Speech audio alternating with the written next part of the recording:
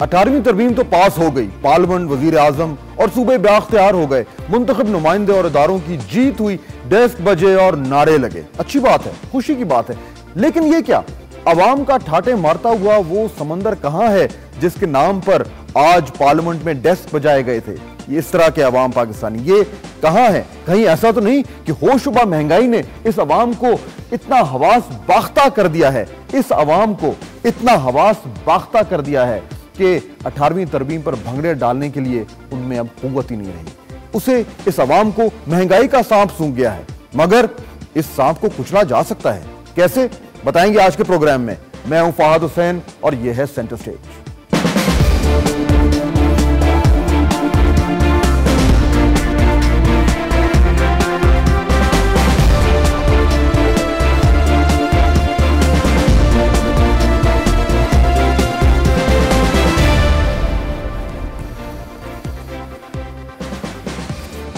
सत्रहवीं तरमीम और मुख्तलिफ फौजी आमिरों की बनाई हुई जो शिकें हैं उनको तो आज खत्म कर दिया गया, लेकिन महंगाई का जिन आज भी जिंदा है।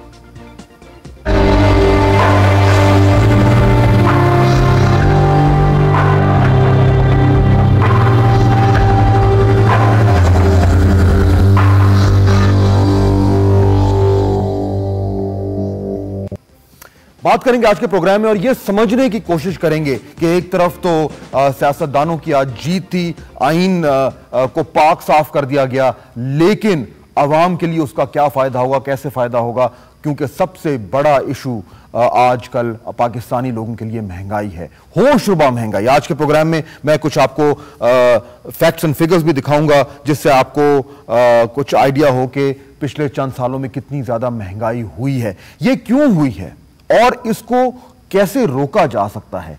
आम जो सिंपल वर्ड्स हैं, आम अल्फाज से में हम समझने की कोशिश करेंगे कि ये जो इशू है इसमें कितना हुकूमतों का कसूर है और कितना जो एक बैनुल अक़वामी माहौल है उसकी वजह से पाकिस्तान में ये महंगाई का तूफान आया हुआ है। आज बहुत ही अहम प्रोग्राम है और क्योंकि आप सब रोजाना इस महंगाई के जिन के हाथों डसे जाते हैं, जब भी आप बाजार में जाते हैं, चाहे आपने आटा लेना हो या चीनी लेनी हो या दूध लेना हो, तो आपके लिए बहुत अहम है कि आज हमारे साथ हमें ज्वाइन करें इस प्रोग्राम में और सुने कि जो हमारे मेहमान हैं वो क्या कहते हैं कि इस महंगाई के जिन से ये हुकूमत छुटकारा दिलवा सकती है। हमें ज्वाइन करेंगे बात करने के लिए इस्लामाबाद से हमारे साथ हैं जनाब हुमायूं अख्तर साहब, साबका फेडरल मिनिस्टर हैं, कॉमर्स की मिनिस्ट्री जो है उसको भी ये लीड करते रहे हैं।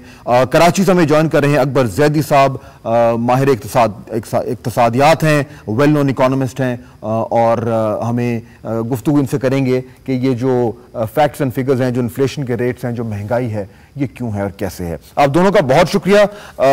हुमायूं अख्तर साहब, आपसे मैं बात शुरू करता हूं।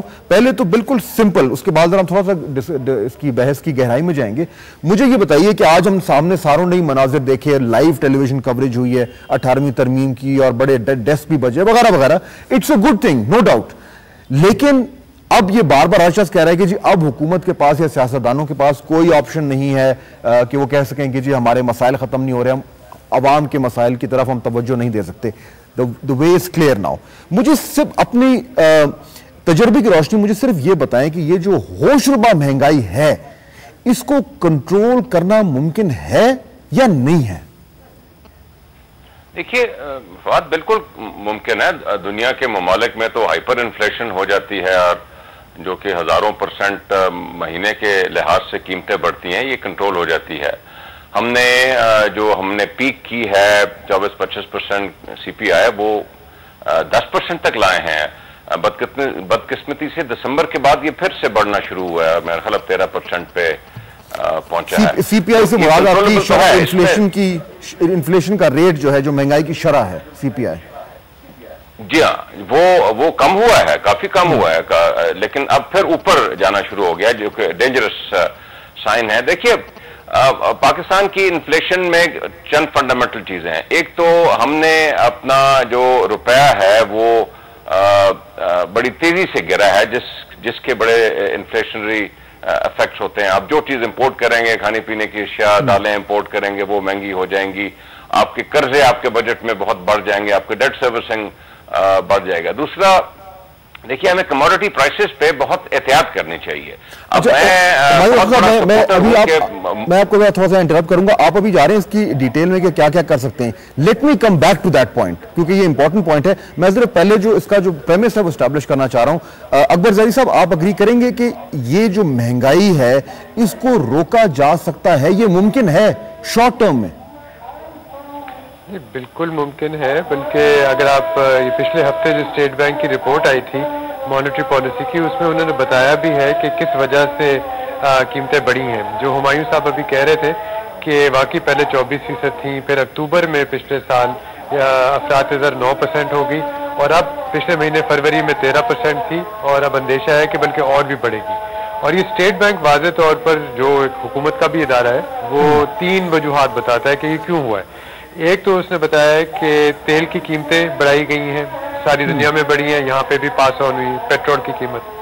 दूसरी जो उन्होंने वजह बताई है वो ये बताई है कि बिजली के नर्ख बढ़ाए गए, तो ये भी पास ऑन, सब्सिडीज खत्म की जा रही है, टैरिफ्स बढ़ाए जा रहे हैं इलेक्ट्रिसिटी के। तीसरी बड़ी वजह जो बताई गई है वो ये है कि जिसको सपोर्ट प्राइसेस कहते हैं, एडमिनिस्ट्रेट प्राइसेस कहते हैं, गंदम की, दूसरे फूड प्रोडक्ट्स की, वो हुकूमत ने बढ़ाई थी, और पिछले साल 950 रुपए हो गई थी। तो जब ये इस तरह की महंगाई होगी, कीमतें बढ़ाई जाएंगी, तो जाहिर है पूरे अफरात ज़र पे भी उसका असर होगा। ठीक है, तो अच्छा, इसका असर हो जी।